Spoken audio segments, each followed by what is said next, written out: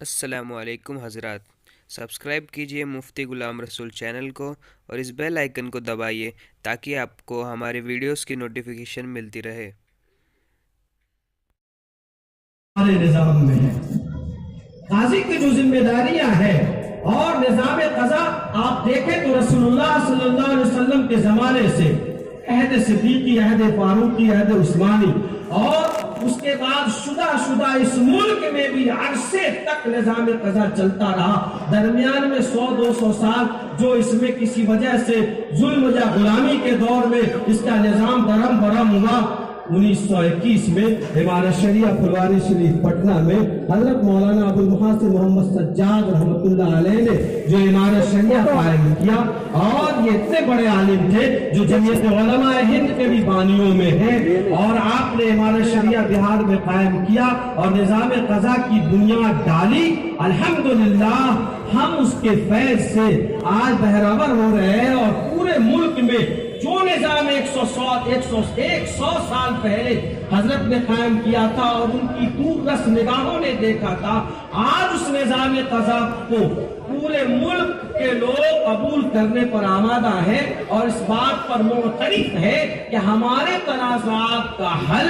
صرف اور صرف نظام قضا میں ہے۔ الحمدللہ آل انڈیا مسلم فیصلہ بورڈ کے تحت 68 دارالقضا ملک کے طول و عرض میں قائم ہو چکے ہیں، اور اس وقت آل انڈیا مسلم فیصلہ بورڈ پوری جرت، پورے حوصلے،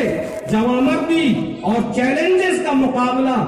پوری مستعدی کے ساتھ اپنے بزرگوں کی رہنمائی میں کر رہا ہے۔ صدر بورڈ جناب حضرت مولانا محمد رابع حسنی ندوی دامت برکاتہم العالیہ اور مضبوط فکر و خیالات کے حامل صاحب عظیم شخصیت جناب حضرت مولانا سید محمد ولی رحمانی جنرل سیکریٹری آل انڈیا مسلم فیصلہ بورڈ اور امیر شریعت دیار عیسیٰ جھارکھنڈ کی قیادت میں جو بورڈ کارنامہ انجام دے رہا ہے، ایک طرف نظام قضا پر ملک کے عدالت عظمیٰ سے تلوار لٹکانے کی کوشش جاری ہے،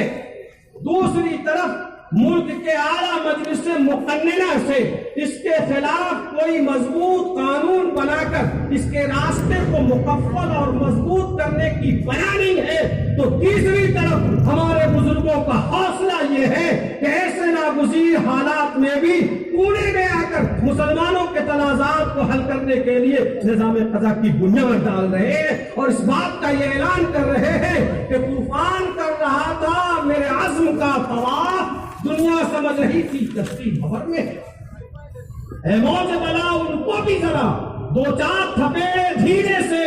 کچھ لوگ ابھی تک ساحل سے طوفان کا نظارہ کرتے ہیں، ہم تو اس میں آ گئے ہیں، اور ہمیں وہ کرنا ہے جو ہمیں آئین اجازت دیتا ہے، جس بات کی ہم وہ کرتے رہیں گے انشاءاللہ، اور حوصلے کے ساتھ کریں گے۔ اور جو مسلمان اگر اپنا معاملہ قرآن و حدیث کے مطابق حل کرانا چاہتا ہے، ایمان کی بنیاد پر اور اللہ اور رسول صلی اللہ علیہ وسلم سے محبت کی بنیاد پر، عشق رسول کی بنیاد پر، دنیا کی کوئی طاقت نہیں جو اس کے پاؤں میں بیڑی اور ہاتھوں میں زنجیر ڈال سکے اور یہ کہہ سکے کہ تمہیں اسلامی قانون کے مطابق عمل نہیں کرنا۔ ہاں، جو مسلمان اپنے اسلامی شریعت سے متفق نہیں ہے اور وہ اسلامی قوانین کے مطابق اپنے معاملات کا حل نہیں چاہتا ہے، آل انڈیا مسلم فیصلہ بورڈ یا ہمارے بزرگان ان کو جبرن اور قہرن بزور طاقت اس کو گھسیٹ کے نہیں لاتے، ان کے لیے ملک کے وہ قوانین ہیں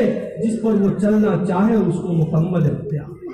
اور طوفان بدتمیزی کا جو دروازہ مغربی تہذیب نے ہمارے سامنے کھول رکھا ہے، اس سیلاب اور اس طوفان میں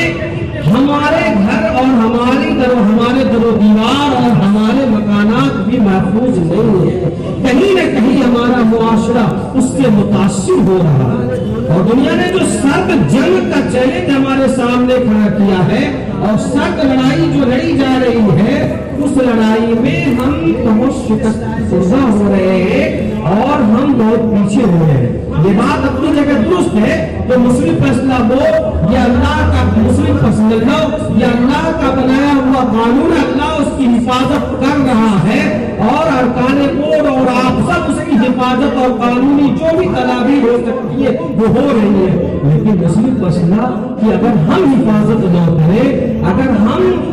اس کو بچانے کی تدبیر نہ کریں تو پھر کون بچائے گا؟ اگر ہم خود مسلم مسئلہ کا گلا گھوس رہے ہو، اسلامی نظام زندگی کا جنازہ نکال رہے ہو اور ہمارے ہاتھوں سے وہ ساری چیزیں ہو رہی ہو، تو پھر دنیا کی کوئی طاقت اسے نہیں بچا سکتی۔ ہمارا ماننا ہے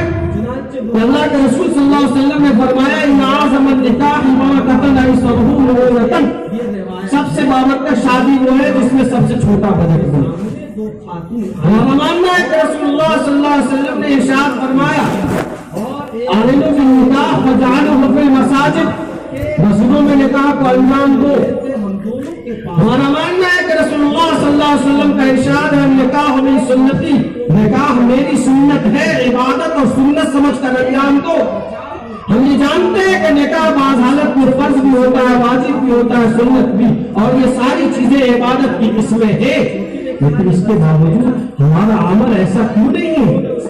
کیوں ہم غیروں کی تقلید کر رہے ہیں؟ ایک طرف تو کہتے ہیں کہ رسول اللہ صلی اللہ علیہ وسلم کا یہ فرمان ہے اور یہی ہماری زندگی کا اثاثہ ہے۔ اگر یہی ہماری زندگی کا اثاثہ ہے تو پھر دوہری پالیسی کیوں ہے؟ پھر دوہرا معیار کیوں ہے؟ پھر ہمارے درمیان اس طرح کی زندگی کا معیار کیوں ہے دوہرا؟ ہم کہتے ہیں ایسا ہے اور کہتے ہیں ایسا ہے کہ جس سے یہ معلوم ہوتا ہے کہ اسلام سے اور اسلامی معاشرہ سے ہمارا کوئی تعلق نہیں۔ ہم اپنی بیٹیوں کو، بھانجیوں کو، بہنوں کو یہ کہیں گے کہ حجاب اور نقاب اور دوپٹے کو لازم سمجھے اور اسے اختیار کرے، اور قرآن کریم کی اس آیت کی تفسیر پڑھے جس میں اللہ نے فرمایا یا نساء النبی لستن کاحد من النساء ان اتقیتن فلا تخضعن بالقول ويطمع الذی فی قلبہ مرض وقلن قولا معروفا۔ ہمیں چاہیے کہ اس آیت کی تفسیر پڑھے جس میں اللہ تعالیٰ نے فرمایا یا ایھا النبی قل لازواجک وبناتک ونساء المؤمنین یدنین علیہن من جلابیبہن،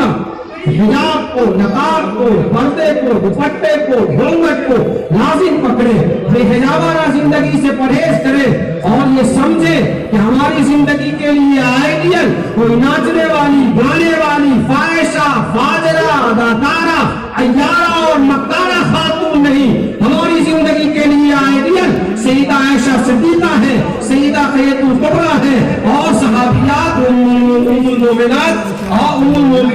مومنات اور تمام صحابیات کی بیٹیاں اور صحابیات ہیں۔ ہمیں یہ سمجھنا ہوگا تب جا کر وقت کے چیلنج۔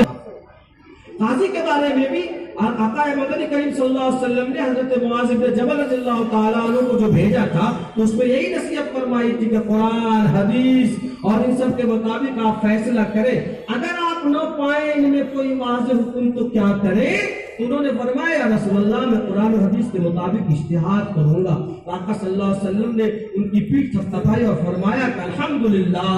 وفق رسول اللہ، کہ اللہ نے اپنے رسول کو توفیق عطا فرمائی کہ وہ اجتہاد تک۔ تو قاضی شریعت کی ذمہ داری ہے کہ وہ انشاءاللہ جب خلوص کے ساتھ مسلمانوں کے معاملات اور تنازعات کو حل کرنے بیٹھیں گے تو اللہ